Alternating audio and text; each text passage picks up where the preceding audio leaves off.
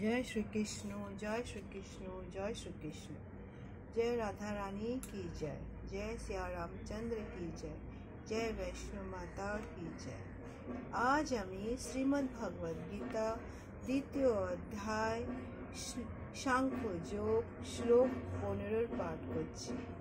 यम हि न व्यथयन्ति एतेः पुरुषं पुरुषभः समः दुःखः सुखं धीरं सा अमृतत्वयः कल्पते।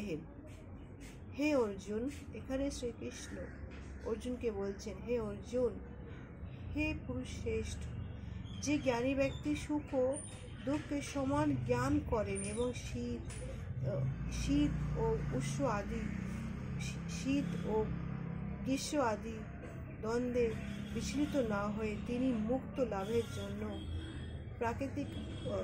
প্রাকৃতিক অধিকারী হন।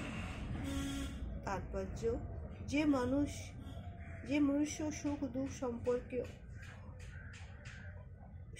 সম্পর্কে অবিচলিত থাকে, তার পারমার্থিক উন্নতি সাধন করতে দৃঢ় প্রতিজ্ঞ হতে হয়। তিনি অনায়াসে এই ভব যন্ত্রণা থেকে মুক্তি লাভের যোগ্য হন। এখানে শ্রীকৃষ্ণ অর্জুনকে বলছে, তুমি কার মোহমায়াতে আটকে আছো অর্জুন? তুমি ভেবেছো এরা সবাই তোমার নিজের আপন? না, এই ভাই বন্ধু, এই গুরুজন, এই সবই যেন এক সময় পরে সবাই চলে যাবে। এই যে তোমার মনে যে একটা হারানোর কষ্ট হচ্ছে, যন্ত্রণা হচ্ছে, এই যন্ত্রণা, এই কষ্ট থেকে অর্জুন বেরিয়ে আসো। এটাই হচ্ছে জীবনের সার্থক। কেন? যেমন রোদ আছে তেমনই ছায়া আছে, যেমন দুঃখ আছে সুখ আছে, গরম আছে শীত আছে বর্ষা আছে, সবাই এক সময় আসে আর যায়। এটাই এই জীবনের ধর্ম।